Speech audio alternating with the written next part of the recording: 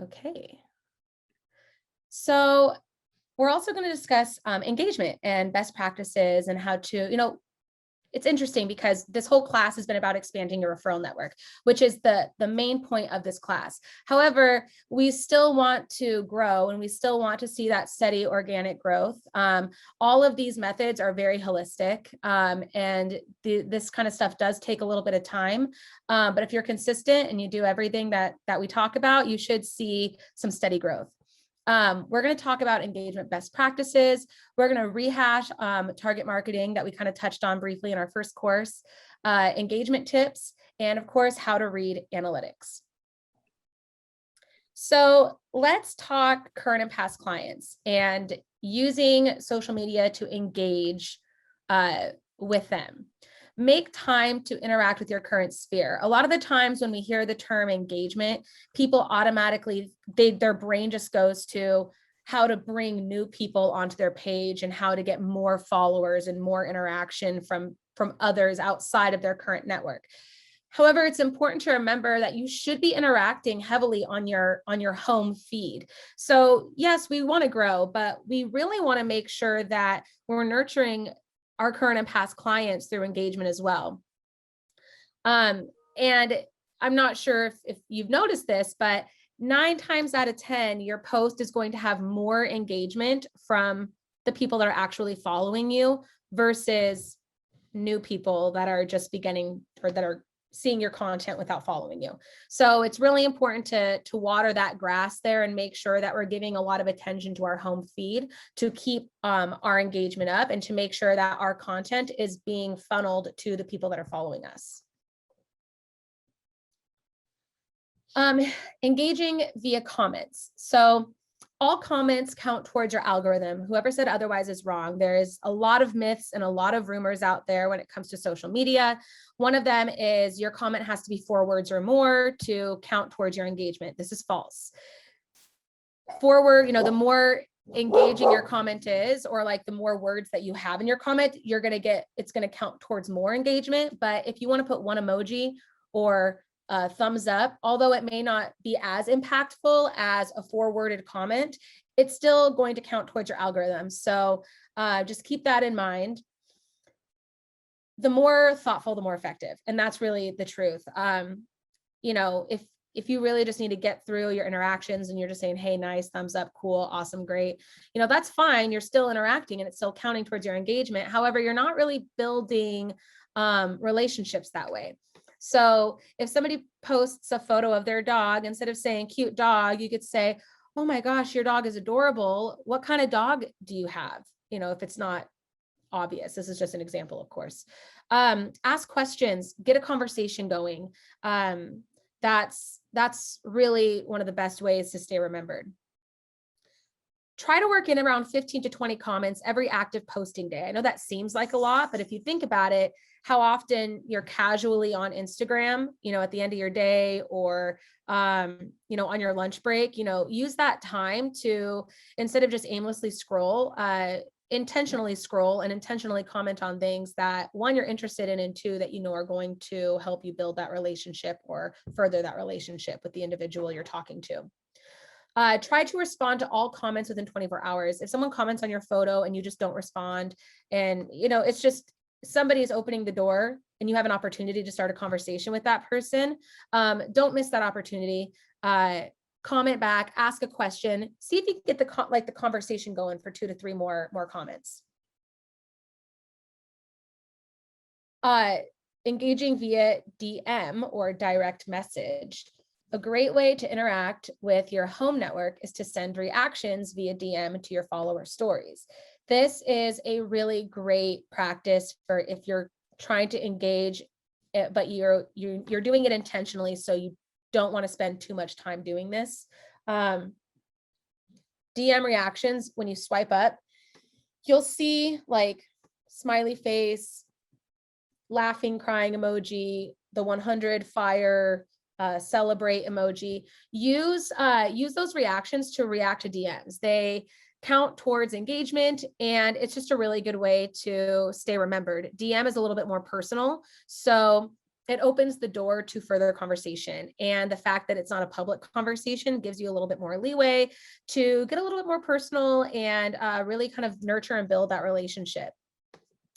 I try to send 20 DMs every active day on behalf of my clients to make sure that the algorithm is staying active, to make sure that those people are interacting back. Because what happens, the more that you're interacting with people via DM, your story at the top of your feed is going to bump up, right? So if you're interacting with these people every day and they're interacting back and liking your reaction or responding to your reaction, the likelihood of them seeing your story at the top of their feed is going to become more likely, which means that more reach and more eyes on what you're doing in your posts.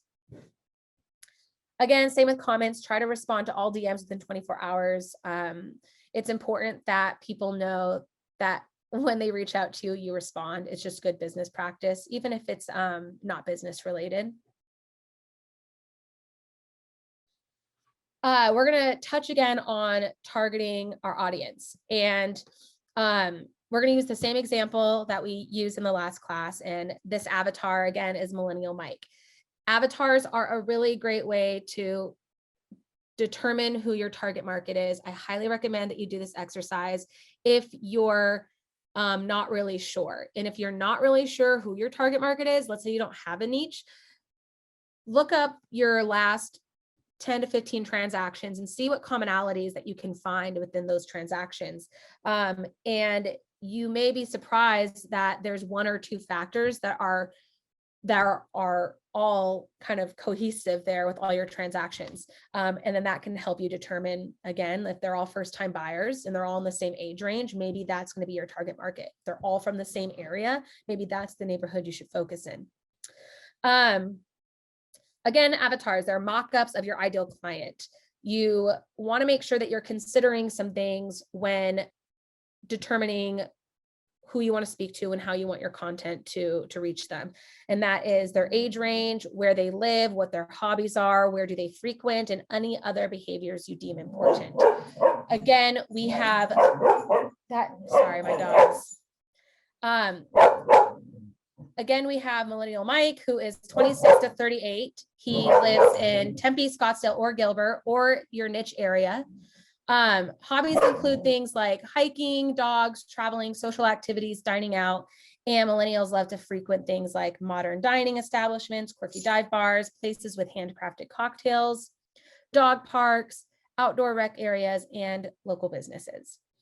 And the average income is 55 to 60K a year. Remember, we kind of touched on that, because if my niche person on average is making 55 to 60K a year, when I'm featuring modern dining establishments or quirky dive bars, I need to factor in, you know, is it within their price range? I'm not going to feature maybe Maple and Ash if I'm speaking to this person. Maybe I'm going to feature something along the lines of like True Food Kitchen and Cocktails or something like that, or maybe North Italia, something that's still fun and interesting and still very like topical and trendy, but maybe not luxury. So there are a few ways that you can bring your target audience onto your page. And right now, you know, just to kind of recap, we talked about interacting with our home feed, right? We talked about interacting and nurturing the people that already follow us. Now we're talking about how do we bring people that are like Millennial Mike onto our page, get them to follow us, and get them to use this as their real estate agent, right? So there's a few ways you can do it.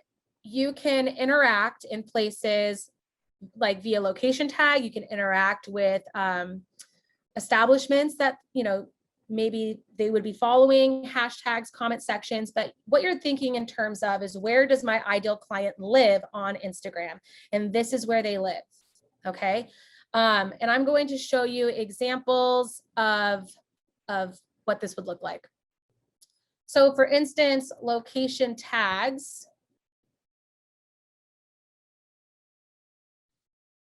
We are going to look up, or maybe who knows what's in that one. So let's try Gilbert Arizona. Okay, the location tag is going to look like this. It's going to have a little map arrow. And when I click on it, you're going to see the top posts in Gilbert, Arizona, as well as the most recent posts. So again, for this example, we are looking at millennials. We want to target millennial home buyers, and obviously all types of sellers, right? But millennials for the sake of the class. So I'm going to kind of scroll here until I see something that makes sense to me. So what's going on here? Suburban mama. Okay, so family, mom, obviously millennial. Looks like she probably fits the bill a little bit. She does have a family, which appears to be growing. So that's also good. So that's probably somebody that I would want to follow, right? I'd want to follow them and I'd want to interact on her posts, interact in her DMs, and just kind of, you know, say, hey, like I'm a real estate agent. She's in my direct market. And that's just a really good example of how you can use location tags. It sounds, you know, everything I'm going to be showing you, it sounds really creepy, but like we're like just lurking on Instagram. But honestly, truthfully, that's what it is. If you're trying to find your ideal audience, you got to do a little bit of lurking. So next up, let's see.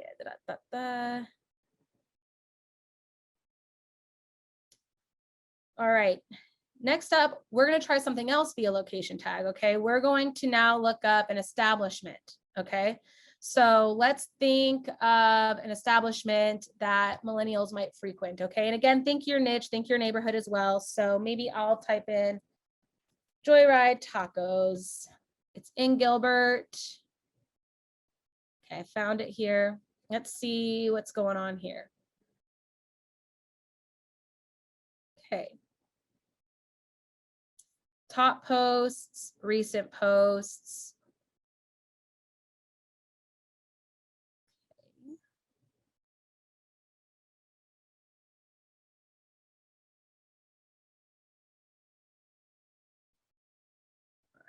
Musician.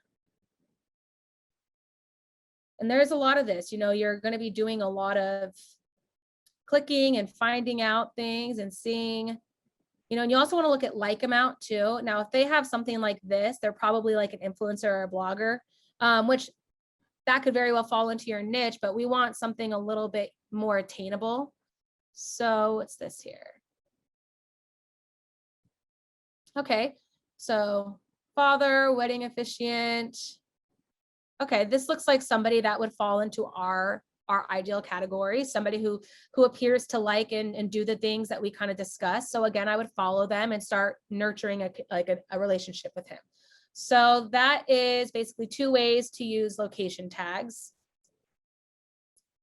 Next up, we are going to look at following establishments. Okay, so if you look here, these are kind of the examples that we decided to go with. So for location tags, I did something different. I did Joyride Taco, but I also did Gilbert. Now we're going to look at some establishments that millennials would be following.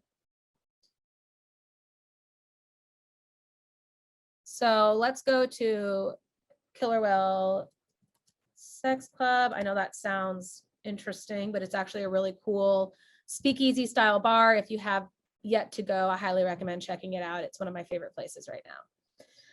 So I'd go into the followers here and I would just look and see and kind of lurk, you know, lots of lurking.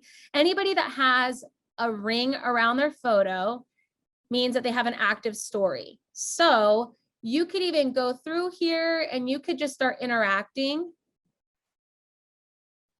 via stories. Oh, that's awkward.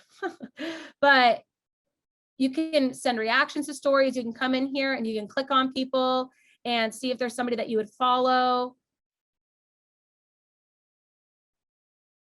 All right, so Arizona fashion, 12.9K, that's an influencer number, but it's still somebody that probably would fall into the millennial home buyer category. So we would follow them and again, start interacting with them. Next up, let's try Press Coffee. go in, very much of the same. Press Coffee is a local roaster. They, everything's local. Again, what do millennials love? They love supporting local businesses. So coffee shops are great. They have a lot of followers too. So there's a nice reservoir for us to look through. Again, this part is very time consuming, but if you do a little bit each day, I think you'd be surprised at just how many people you can start to bring onto your page that you actually want viewing your content, because your content is directed at them. And when you're creating valuable content for your market, and then you go fishing for those people and they view your profile to see who you are, and then they see that your content actually relates to them, that's super powerful. So again, maybe we would click on somebody, right? And if this looked like somebody within our network or somebody that would get value out of our content, again, we would follow, start the interaction process, start building the relationship. Okay. Next up is hashtags. So this one is very interesting, because when people think hashtags, you know, I love it, right? We see so many real estate agents using the hashtags, things like AZ Realtor, Arizona Real Estate, AZ Home, Scottsdale Real Estate, Scottsdale Realtor. And while utilizing some of these hashtags is good, because, you know, if someone is searching actively for a Scottsdale Realtor, of course, you want your content to pop up.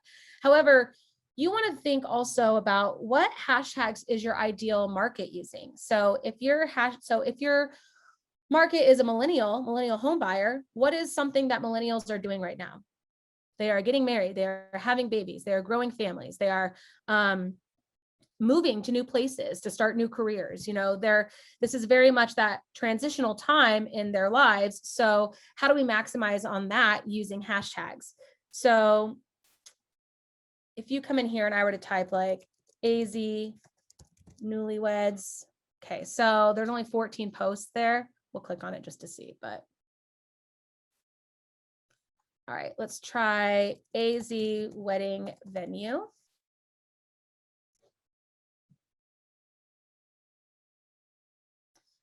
All righty, so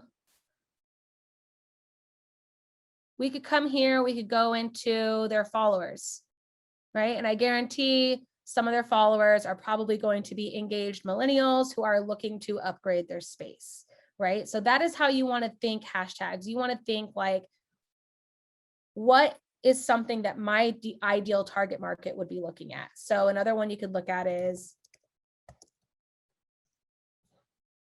Scottsdale nightlife. Okay, so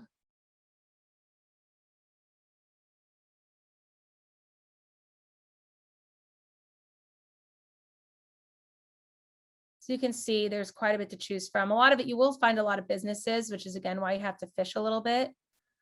But sometimes the businesses will tag the person in the photo, and you can kind of go through and see that, okay, so this person got engaged in January, which means that maybe they're in the market to buy a home soon. So I would follow them and I would start the interaction process.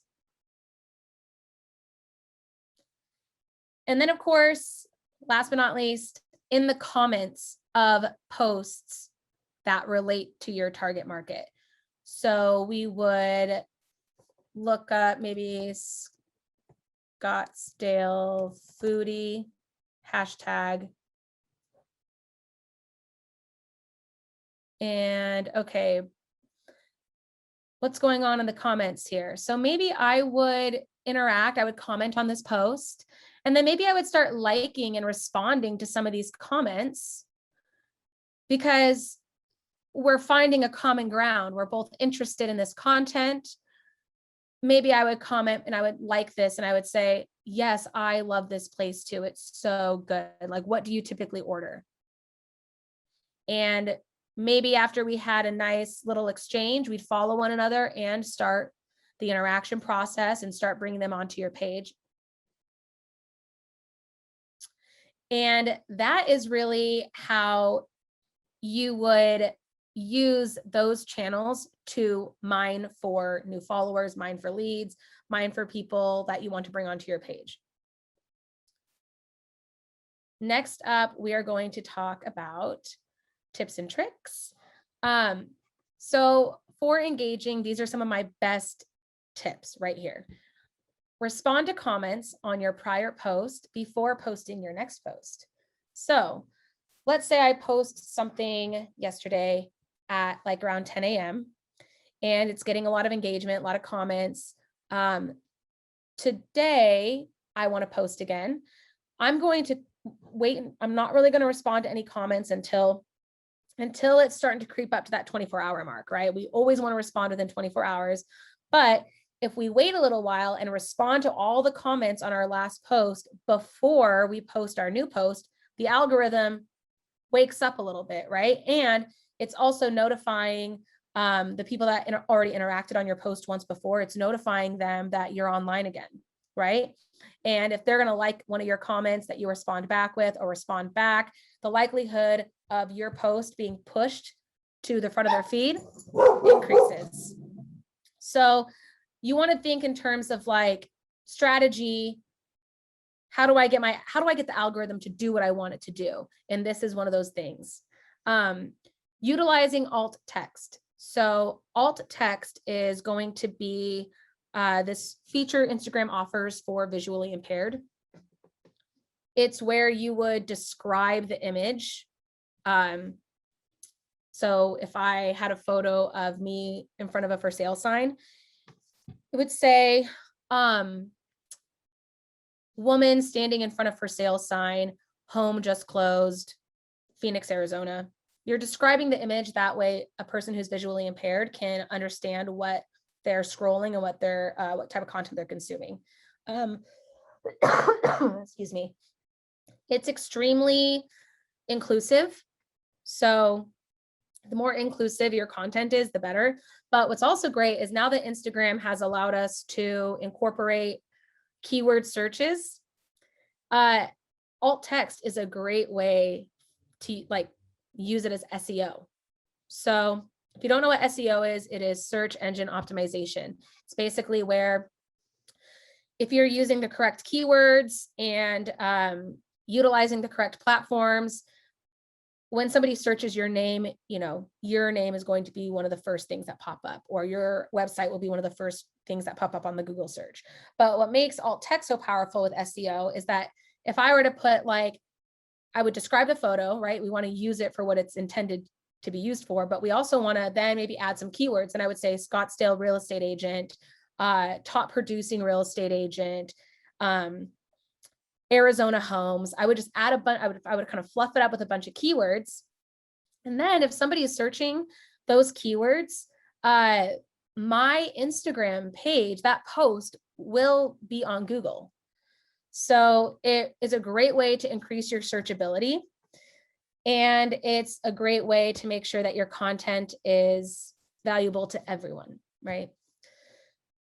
Engage on top posts of hashtags. This is an interesting one because a lot of people don't think that why would I engage on a top post? There's 500 likes and 200 comments.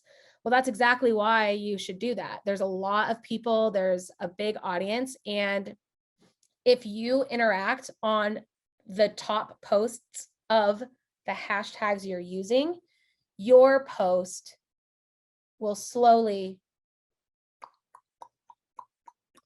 get ticked up, right? And it can maybe eventually at some point become a top post. It can show up on someone's explore page.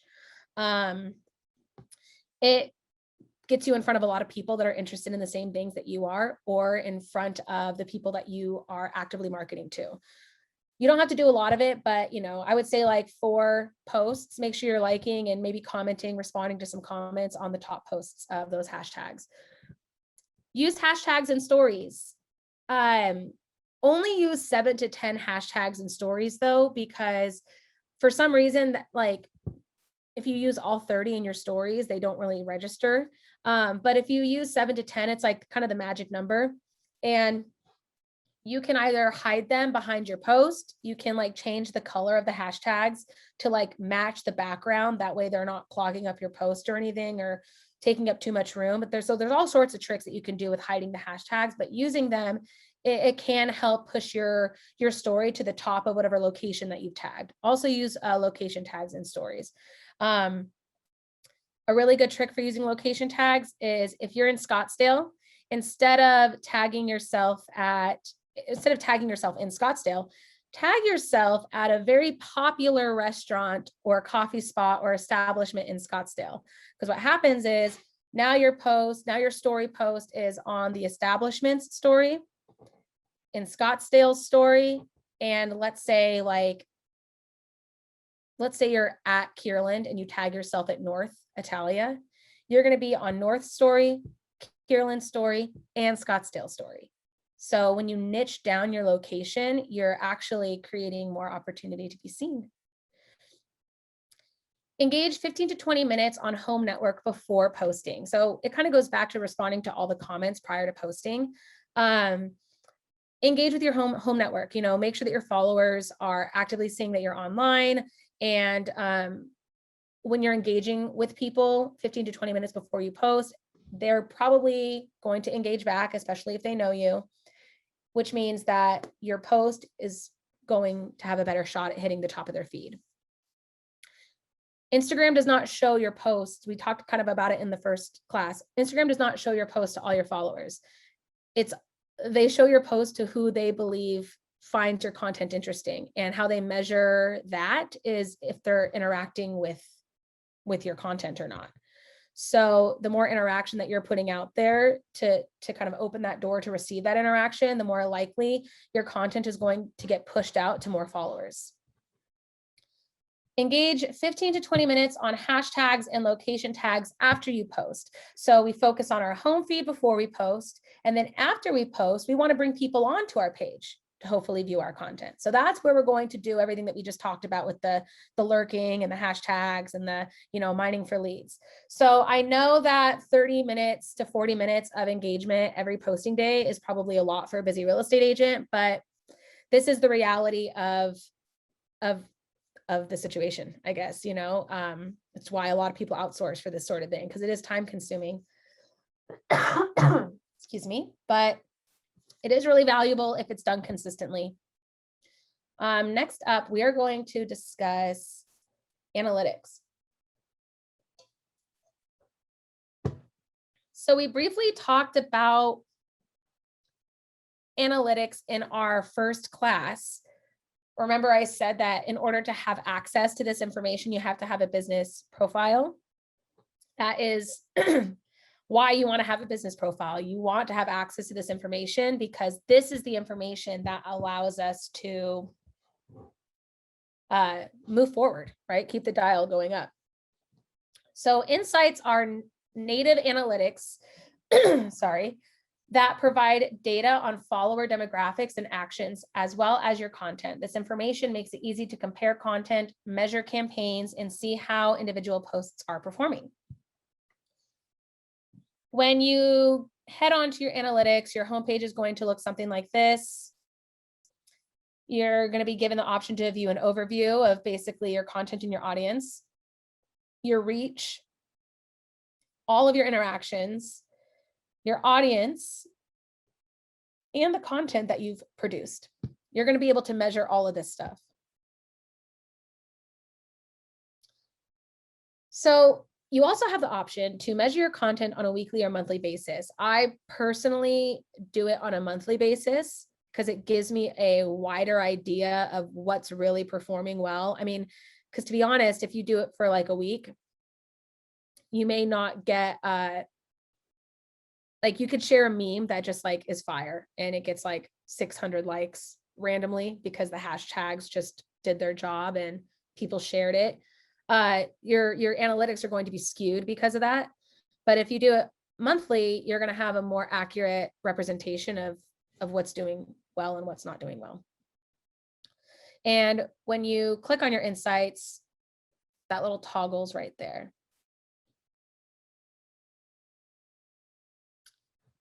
discover how many interactions and people you reached. So these are my analytics, by the way. So in case anyone is wondering where I got this. So I reached 12.6 thousand accounts. I had, 1,357 content interactions.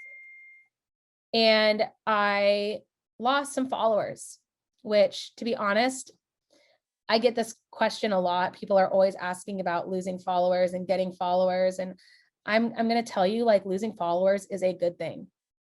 Because if you are consistent to your content strategy and you are speaking directly to the people that you want to talk to, like, and you're very consistent with it, you're going to lose followers.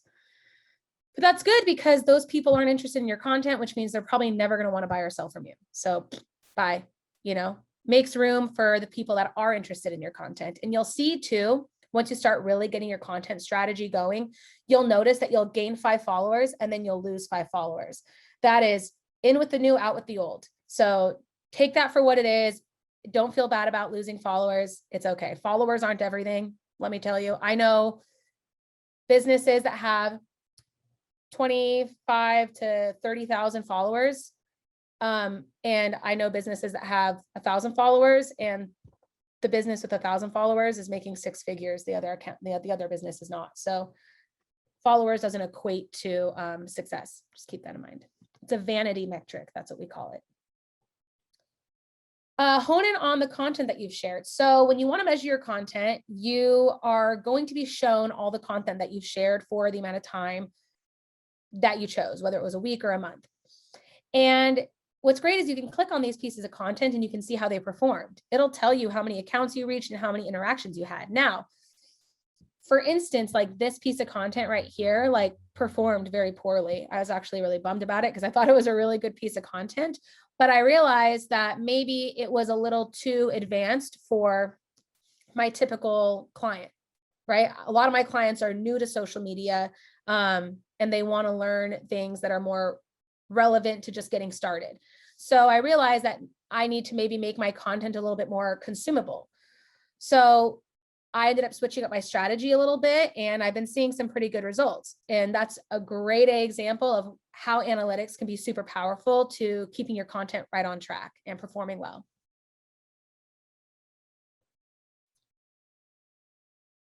So the other thing you can do is, I just talked about it, I guess, but this is the example of basically clicking on the pieces of content. So this piece of content did great.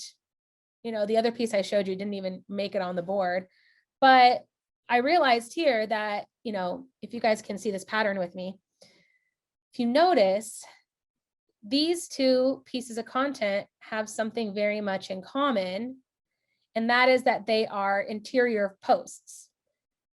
Who's my market? Real estate agents. So that's actually a good sign for me. That means that interior posts are performing well for my real estate niche. That gives me an opportunity to get in front of probably a lot of real estate agents, because a lot of real estate agents are sharing this type of content as well as viewing it. Another piece of content that did really well was Instagram hotspots, or Instagrammable hotspots. So places that are delicious, local, and great to post on Instagram and share. That post also did really well. It got a lot of saves, which is great, which means that people will go back to view my content. It means that my content is forever saved in their saved posts on their profile. So I realized that maybe I need to be sharing more local information about places that real estate agents can go to, where they can find great places to build content. Next up, this is probably one of the most important aspects of analytics, is analyzing your audience. So I get this question all the time. How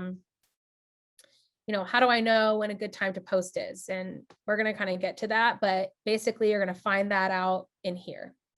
So here I get a follower breakdown. I see here that my follower breakdown has gone up, down, up, down, up, down, up, down. This is probably a result from inconsistent posting. And I'm not afraid to admit that.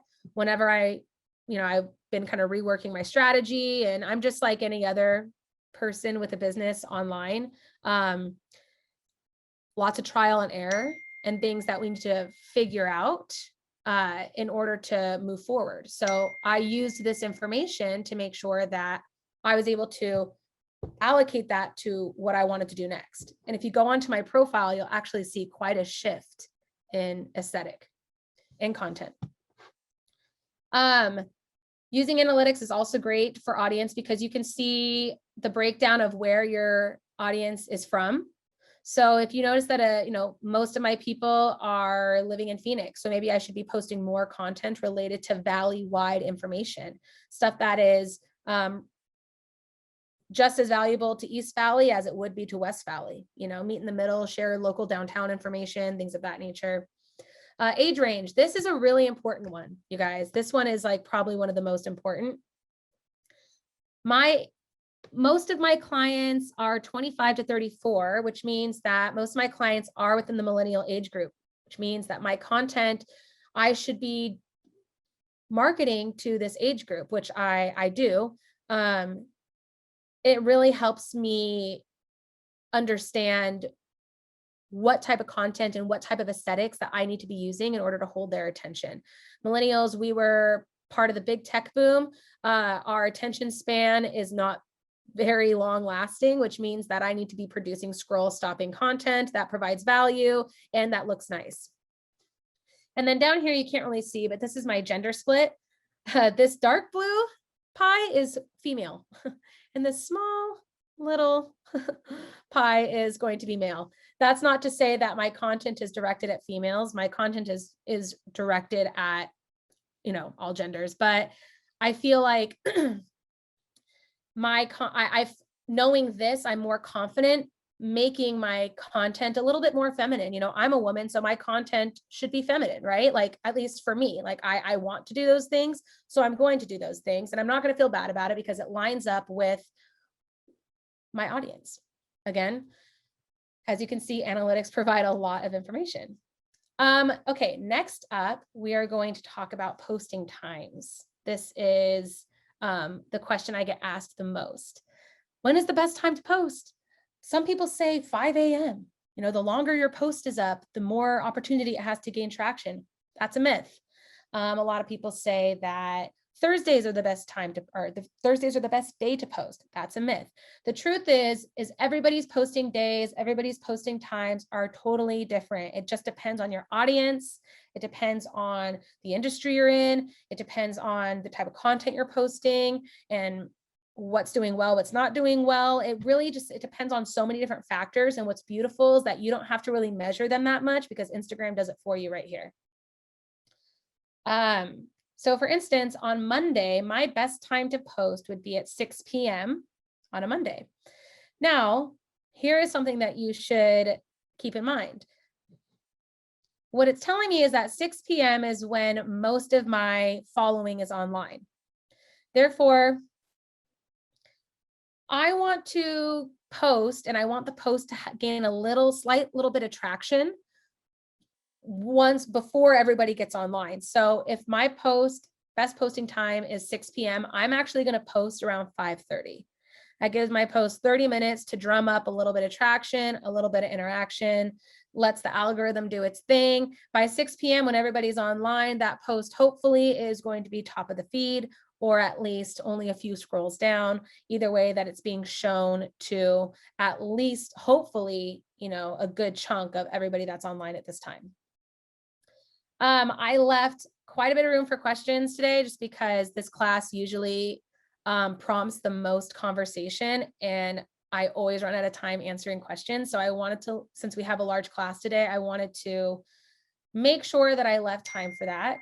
As a reminder, I am a social media manager, but that's not all I do. I do graphic design, I do logo building, I do branding, I can help build you a custom strategy. I'll audit your page for you. I do blogging, copyright, basically anything that is remotely creative or revolves around social media.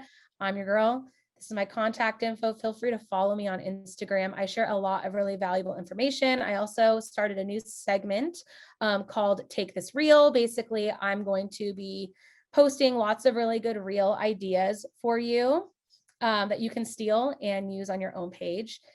And then real quick, before we get into questions, I just wanted to remind everyone, those that are local to Arizona, I have partnered with my best friend, Claire Planetta. She is the owner of the Capture Collective Branding. She creates beautiful branding images for real estate agents, really any businesses, but right now since she's my partner, we're focused obviously, of course, on my clients. So, but you don't have to be my client to use her, okay? She creates all these really wonderful images, and they can be used as really great prompts for content and to post on social, for websites, however you want to use them. Here's some examples of how you can use these photos.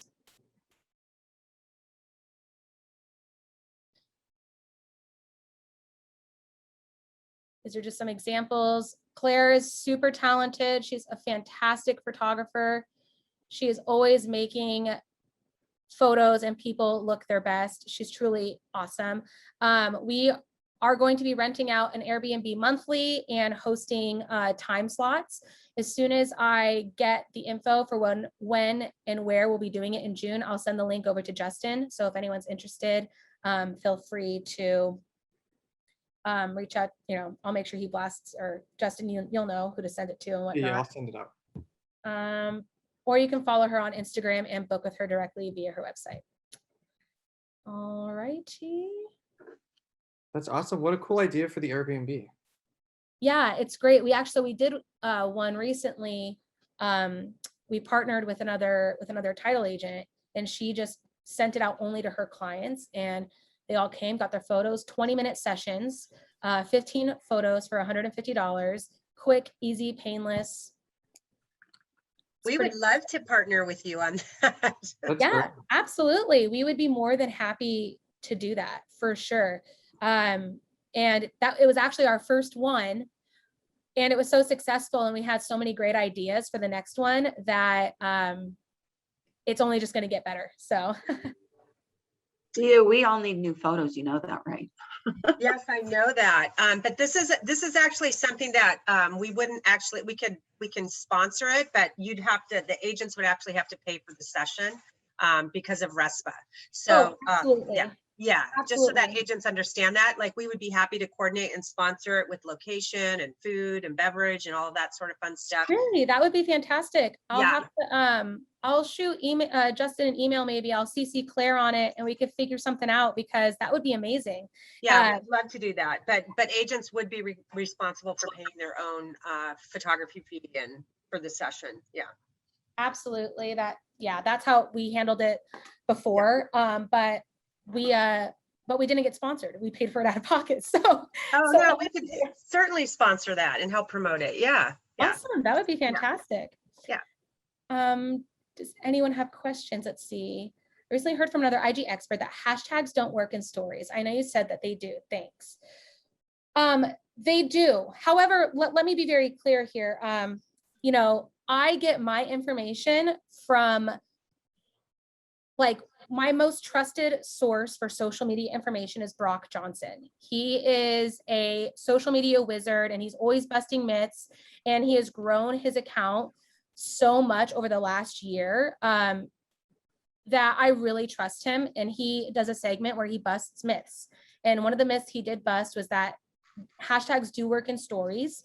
You can't use all 30, because if you do, they won't register, and they also can't be too small. So if you shrink them down to hide them behind your post, so they're little bitty, Instagram won't pick up on it. They need to be relatively large, and you can just change the color to match your background. And if you don't know how to do that, you can DM me on Instagram, and I can send you a video tutorial on how to do that. All right. Awesome. Yes. And to her point, so I think I mentioned it before, but Molly wrote all the content for my website for all my local places. Like we talked about lakes in Arizona, sports in Arizona, restaurants, dining, shopping. If you go to explorearizonaliving.com, you can see those tiles, and you can kind of see some of her work and examples of how she can help you create content, not just for your website, but all your social media as well. Just so you guys have some more examples. But today was a wealth of information, just like the last two, but love the technical part of details of actually showing and going through. So I think we got some great feedback on that. Does anybody have any questions for Molly before we? Justin, I have a question. Yeah. Regarding of the when we want to start, for example, real estate business or any business, when we want to use Instagram for one of the tools for social media, if we go by the name of the person is better, or can we use the, for example, our company? For example, we have an LLC company, and this is my first question, which one is better? And we go like more business, show the business and instead of the person. The second, if the person they switch to other business, can we transfer this account to other business person? And do they need, for example, registering for the something? It means that in the future, after 5 years, I want to transfer it to my son, for example. Okay. Legally. So on Instagram, like with social media, basically when you create the page, you are the owner of the page. So what you choose to do with the page itself, you can do whatever you want. So if you want to retire and you want your son to have the business, he can simply just change the email, change the contact info, and he can take the page over. In terms of naming, like you mean like the username, like would you use like your name or your like company? So it really just depends. It really actually doesn't totally matter. If you do use your personal name, I just recommend doing something like, like I'm Mzon Social. So, I mean, I guess my business name is my name, so that's a bad example. But so one of my clients, she's Gina J sells AZ. So we know that she's Gina J, but we also know that she sells Arizona. She's probably a real estate agent. And then I have another client who uses just her business name and then as her username. And then in the actual name field, like in our first class, we talked about username and business name. You can actually put your full name and something related to your business. So you have your username and your business name, and how you decide to use those is totally up to you. There are no rules. As long as it's obvious to the person that it is a business, I would say that is probably the most important thing. Thank you very much. You're welcome. Any other questions? Hi, can you hear me? Hey, Yes. it's Jerome. Hey, I'm from Las Vegas, but I have a question. What do you suggest if me being a guy and trying to follow like certain like women, or I don't want to be like a stalker because I do get those sometimes as well. You know what I mean? To not be stalker-ish. Like, This is such a good question, Jerome. I'm so glad you asked this because I literally just had this conversation with my assistant. So when I'm with my male, like when I'm interacting for my male clients, I keep this top of mind because I would say don't interact after 6 p.m. Anything late night, anything evening, it could come across as like, hey, what's up? And just keep it super friendly and professional. You know what I mean? There's nothing wrong with following people, especially if it's from your business page. People are going to know that you're a professional, you're following them from your business page, you're interacting on posts that, maybe you wouldn't interact on the bikini post, right? Maybe you would interact on the post of, they're out to dinner. You know what I mean? So you just have to kind of like keep that thought in your brain, like the time of the day and the content that you're interacting on. And everything else should kind of just be kind of common sense, but the time of the day, definitely keep that in mind, because I'm a woman, so I'm interacting on other women's pages like, hey, woo, what's up at 7 p.m. and they're like, who are you? And I'm like, oh, okay, well, I see how that can be misconstrued.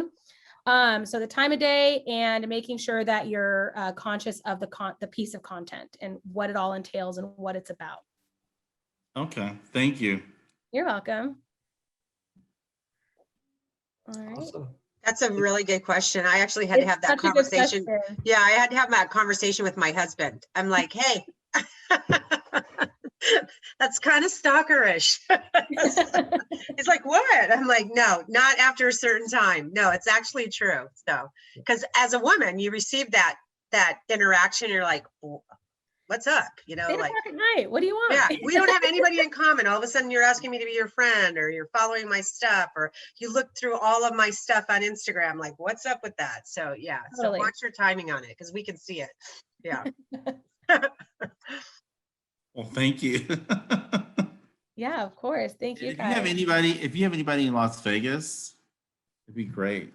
If you have anybody to that does your social media teaching or anything in Vegas, that'd be wonderful. Or Yeah, has- I'll keep my ear out for sure. I don't know anyone currently, but if I do, I'll make sure to reach out to them and kind of partner with them, because sounds like you guys do a lot of Rock Title. You guys work a lot with Nevada. Yeah, Okay. Yes. we have an office in Nevada. Yeah. Okay. Yeah, there's No. Several. 2 offices. Yeah, we have several offices. We just have We have a sister we're in company, Nevada and Arizona. Yeah. Got it. Okay, cool. I have a Multi question. experience. When we're focusing on location tags, should we focus on the locations where people are coming from? In Arizona, there's a big influx of people from California. So should we be responding to restaurants and things like that in La Jolla and just say, oh yeah, we got a place just like that, just down the street, things like that, as opposed to just doing local locations? Michael, that sounds like you've established part of your strategy. So congratulations. That's what strategy is. Who are you talking to? Are you focusing on relocation? If so, reach out to people and area and establishments that people may be relocating from. You can also interact with agents out there and build referral networks. So that's actually a great idea. And I do highly recommend doing that. Make time to also do it locally as well, right? We want to nurture our referral network, but if you're wanting to work with, luxury people relocating from places like La Jolla and California, by all means, interact in those areas for sure. I have a question for you, Molly. Hi, it's Bridget. Hi. Hi, well, I have a couple of questions for you. Okay, so let's start with stories. Do you find that you get more interaction from stories or actual posts? And then the other question is, how you can carry that over to Facebook? Does that change your algorithm at all? Does it bump it up? Just any input on that, thanks. So in terms of like Instagram stories being shared to Facebook, I'm not going to say yes or no, just because I don't really know. I haven't done research on that. But what I can tell you is I have not heard anything about that. So I'm gonna assume the answer is no, that how you share your stories via Facebook and Instagram, it doesn't really matter. But again, we're always getting new information. So maybe just keep an eye out if you ever hear anything about that. But at this point, I would say don't worry about that. Just link them together and you're good to go.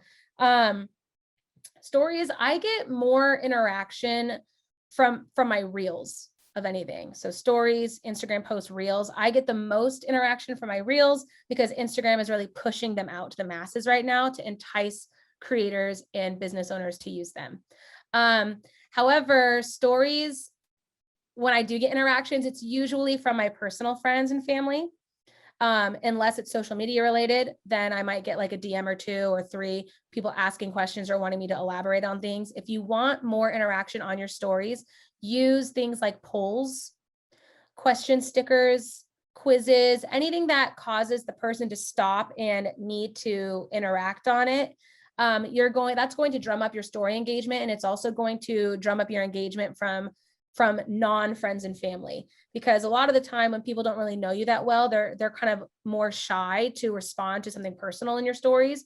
But if you give them a prompt to hit yes or no or whatever, or take this quiz, you're going to get a little bit more interaction from maybe potential leads or people that you want to maybe eventually do business with.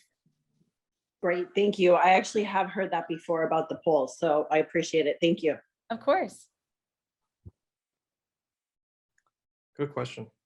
Yeah. Also, last year when I was doing a lot of social media selling real estate, that was one of the biggest things I did in stories was like, I know a lot of people call them like this or that, or like, I do like a desert hike versus a hike up in Flagstaff, like more local, or Top Golf versus a local bowling place, or Harkins versus AMC, or, what about a black kitchen versus like a super modern white and gray kitchen? You know what I mean? Like those different things. So those are some ideas that you can always pop in there. And by far, those were always the highest engagement. Yeah, and they're easy to create. You can just go to like a stock photo site, download the photo, do the poll, and your engagement on your stories will skyrocket. It's true. Yes, yes. Awesome, guys. Any other questions before we continue our week? Wednesday already? Very nice class. Thank you. I'm so glad Thank that I got to be a part of this. And please, anybody, if you have any questions, don't hesitate to reach out to me or visit me online. Yeah, we appreciate you so much, Molly. We look forward to working with you in the future and maybe doing a Facebook series next. So Yeah, and we're definitely get on that Airbnb. I think that's such a cool idea. awesome. Sounds good. Thank you so much. Thank you, guys. everybody. Thanks Have so a nice much. day. All Thank right. you. Great week. Bye.